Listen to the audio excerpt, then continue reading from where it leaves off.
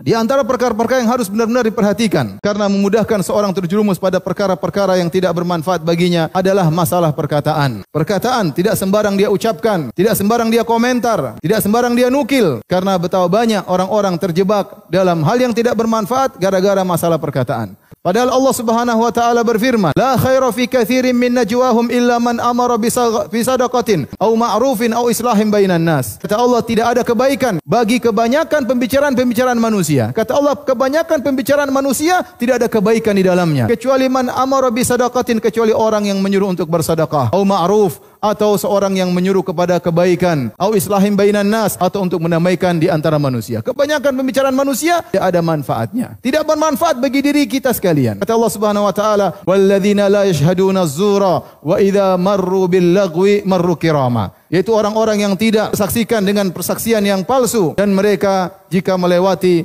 perkara yang sia-sia maka mereka tinggalkan begitu saja. Mereka tidak nongkrong untuk nimbrung dalam perkataan yang sia-sia. Maka betapa banyak di zaman ini kita terjebak dalam hal ini. Ikut-ikutan ngomong, ikut-ikutan komentar, ikut-ikutan tulis status, ikut mendengarkan pembicaraan orang lain, ikut masuk dalam perdebatan orang lain, sehingga tidak terasa waktu kita terbuang-buang gara-gara pembicaraan yang tidak bermanfaat. Maka berhati-hati dan waspada, jangan sampai waktu kita hilang, umur kita terbuang sia-sia gara-gara omongan-omongan yang tidak bermanfaat. Di antara hal-hal yang juga menjebak manusia dalam perkara yang tidak bermanfaat adalah yang dilihat klip-klip YouTube yang sekarang banyak beredar di HP kita, di medsos kita, di akun-akun kita. Sikap kepo kita ingin tahu sehingga banyak hal-hal yang kita lihat yang tidak perlu. Kita ingin lihat apa yang dikerjakan si fulan. Untuk apa kita tahu apa yang dikerjakan oleh si fulan? Kita melihat pertandingan, perkelahian, perdebatan, caci maki, pergolakan di antara manusia yang tidak ada urusannya dengan kita. Namun kita ingin tahu, lihat apa yang dikerjakan si fulan, apa yang dikerjakan artis fulan,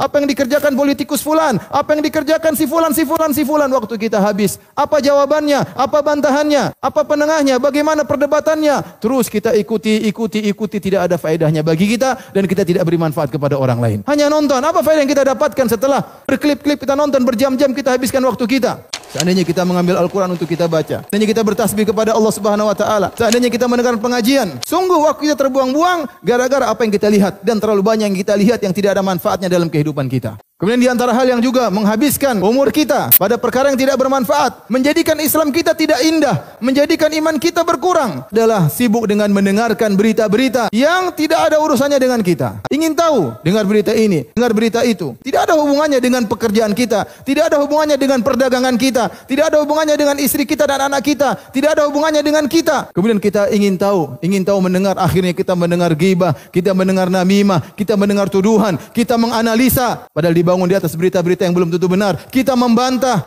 terjebak dalam hal-hal akhirnya membuat kita binasa, menghabiskan umur kita, menghabiskan waktu kita, bahkan terjerumus dalam dosa-dosa yang dilarang oleh Allah Subhanahu wa taala.